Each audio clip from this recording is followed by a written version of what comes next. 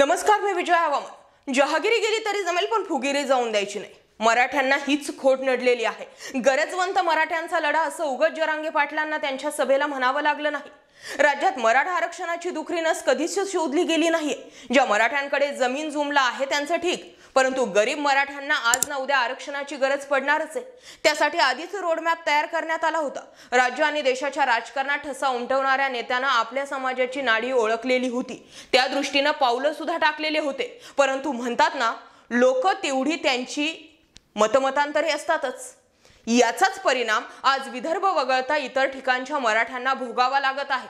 तो दूरदृष्टी असणारा नेता म्हणजे देशाचे पहिले कृषी मंत्री डॉक्टर पंजाबराव देशमुख। राज्यात अनेक भागात मराठा समाजाकडे कुणबी प्रमाणपत्र आहेत, त्याचं पूर्ण श्रेय जातं ते डॉक्टर पंजाबराव देशमुखांना। पंजाबराव देशमुख यांची दूरदृष्टी होती, म्हणून विदर्भातील मराठ्यांना कुणबी प्रमाणपत्र मिळालेली आहेत। आपल्याला अगोदर ही गोष्ट खोटी वाटायची, पाटील की वगैरे, पण राणे कदम यांचे स्टेटमेंट ऐकले, 96 कोळी, यातच मराठा गेला। पंजाबराव देशमुखांचा आरक्षणासंबंधीचा फॉर्म्युला काय होता आणि त्यासाठी त्यांनी नेमकं कशा पद्धतीने पावलं उचलली, यावर आपला आजचा हा व्हिडिओ असणारे। व्हिडिओ पूर्ण पाहायचा आणि चॅनलला सबस्क्राइब सुद्धा करायचं। सुरुवातीला संविधान सभेचे कामकाज सुरू असताना मराठा समाज मागास असल्याची भूमिका पंजाबराव देशमुखांनी मांडली। पंजाबराव देशमुख हे घटना समितीचे सदस्य होते। आरक्षणाचा निकष हा जातपात किंवा संप्रदाय नसावा, तर आर्थिक दुर्बल घटक असावा, असा विचार त्यांनी 22 नोव्हेंबर 1949 ला घटना समिती समोर मांडला। आर्थिक शैक्षणिक मागासलेपणामुळे मराठा समाजाला आरक्षण देण्याची मागणी डॉक्टर बाबासाहेब आंबेडकर यांच्याकडे केली। डॉक्टर बाबासाहेब आंबेडकर यांनी कलम 340 मध्ये आरक्षणाची तसेच राष्ट्रपतींनी आदेश काढण्याची तरतूद केली। 1953 मध्ये कालेलकर समिती स्थापन झाली, तेव्हा या समितीने ओबीसी घटक पुढे आणला। विदर्भातील मराठ्यांनी कुणबी या जातीची दस्तावेजामध्ये नोंद करावी, यासाठी पंजाबराव देशमुखांनी मोठ्या प्रमाणात समाज प्रबोधन केलं आणि जनजागृती केली। जात प्रमाणपत्राची प्रक्रिया ही नोंदी आणि दस्तावेज मधून होते, त्यामुळे पंजाबराव देशमुखांनी मुंबईत सभा घेऊन जातीची नोंद दस्तावेजात करून घेण्याचे आवाहन केले। मंडल आयोगाच्या शिफारशी लागू झाल्यानंतर विदर्भातील विशेष करून अमरावती विभागातील मराठा समाजाला आरक्षण मिळायला सुरुवात झालेली होती।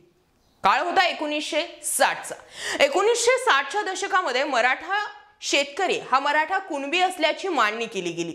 या मागणीला घटनात्मक दृष्ट्या मंजुरी मिळालेली होती। डॉक्टर बाबासाहेब आंबेडकर ज्यावेळी संविधानाचा मसुदा तयार करत होते, त्यावेळी त्यांना मराठा समाजाच्या आरक्षणाबाबत पंजाबराव देशमुख यांनी विचारणा केलेली होती। दलित व मागासवर्गीयांसोबत मराठा समाजालाही संविधानात स्थान देण्यात यावं, त्यांचा शैक्षणिक व आर्थिक विकास होईल, यासाठी आरक्षणाची तरतूद करावी, अशी मागणी त्यावेळी पहिल्यांदा पंजाबराव देशमुखांनीच केलेली होती। परंतु त्यावेळी हजारोंच्या संख्येने विखुरल्या गेलेल्या मराठा समाजाला इतक्या कमी कालावधीत सूचीबद्ध करणं शक्य नसल्याचं डॉक्टर बाबासाहेब आंबेडकर यांनी देशमुखांना सांगितलं होतं। परंतु त्यांनी त्यामध्येच काय केलं की कलम 340 अंतर्गत मराठा समाजाचा संविधान मसुदा सूचित समावेश केलेला होता। आता तुम्हाला प्रश्न पडेल की त्यामुळे नेमकं झालं काय? तर SC ST OBCंना वगळून जो समाज विस्थापित होता, अशा समाजाचा सामाजिक जीवनाचा अभ्यास या सूची अंतर्गत करण्यात येणार होता। यात प्रामुख्याने मराठा समाजाचा समावेश होता। त्या माध्यमातून मराठा समाजाचा सामाजिक स्तर, शैक्षणिक व आर्थिक बाबींचा अभ्यास करण्यात येणार होता। स्वतः डॉक्टर बाबासाहेब आंबेडकर हे दलित समाजाचे प्रतिनिधित्व करीत असल्यानं त्या समाजाला संविधानात चांगले स्थान मिळेल, याबाबत पंजाबराव देशमुख आश्वस्त होते। परंतु गावोगावी विखुरल्या गेलेल्या मराठा समाजाचे काय, असा प्रश्न त्यांना होताच। त्यामुळे मराठा समाजाचा शैक्षणिक व आर्थिक स्तर उंचावण्यासाठी या समाजालाही आरक्षणाचा वाटा मिळावा, अशी देशमुखांची प्रमुख अशी मागणी होती। त्यानंतरच्या काळात नेहरूंच्या नेतृत्वाखाली स्वतंत्र भारताचे पहिले सरकार आले। पहिले कृषी मंत्री म्हणून पंजाबराव देशमुख यांना संधी देण्यात आली। मराठा समाज हा प्रामुख्याने शेती करतो, त्यामुळे त्यानं आपल्या जातीचा उल्लेख करताना मराठाऐवजी कुणबी असा करावा, असे आवाहन देशमुख यांनी केले होते। परंतु राज्यातील मराठा समाजातील काही नेत्यांचा त्याला विरोध होता, जसे आता रामदास कदम, नारायण राणे, विखे। हा ट्रेलर त्यावेळी सुद्धा असणारच ना। जमीनदार असून स्वतःला मागास कसं म्हणावं, हा प्रश्न त्यावेळी निर्माण झाला। प्रामुख्याने विदर्भात प्रभाव असलेल्या पंजाबराव देशमुखांच्या विनंतीला मान दिला तो तेथील मराठा समाजानं। त्यांनी आपल्या जातीच्या दाखल्यावर कुणबी मराठा किंवा कुणबी असा बदल केला आणि ज्यावेळी देशात 19% ओबीसी आरक्षण लागू झाले त्यावेळी त्याचा लाभ तेथील कुणबी समाजाला मिळाला। आज देखील कुणबी समाज बांधव ओबीसींच्या कोट्यातून हा लाभ घेत आहे।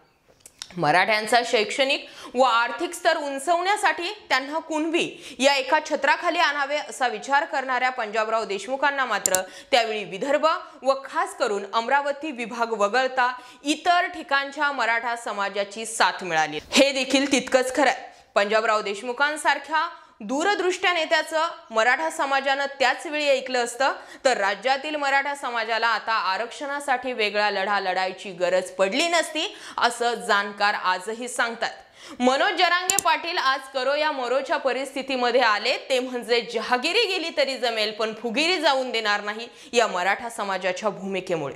अर्थात सगळे नाही पण आतापर्यंत या गोष्टीवर विश्वास ठेवला नसला तरी अजूनही नारायण राणे काय म्हटले, आम्ही 96 कुळी, रामदास कदम आम्ही 96 कुळी। हा जो आविर्भाव होता त्याच्या खाली गरीब मराठा दबला गेला। त्यामुळे ज्यांना घ्यायचंय त्याने घ्या, ज्याला नाही घ्यायचं ते नका घेऊ।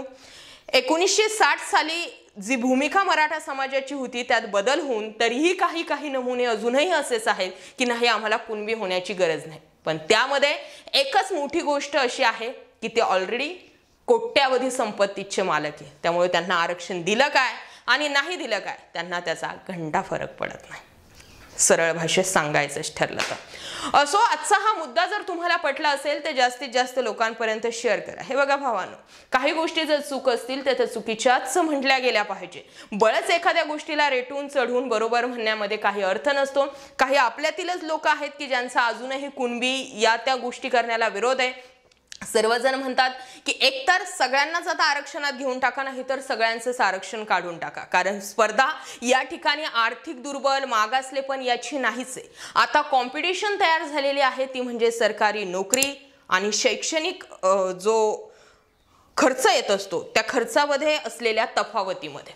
हे दोनच मुद्दे जे आहेत ते प्रामुख्याने हायलाइट होत आहेत की एक नोकरी आणि दुसरं म्हणजे शिक्षण।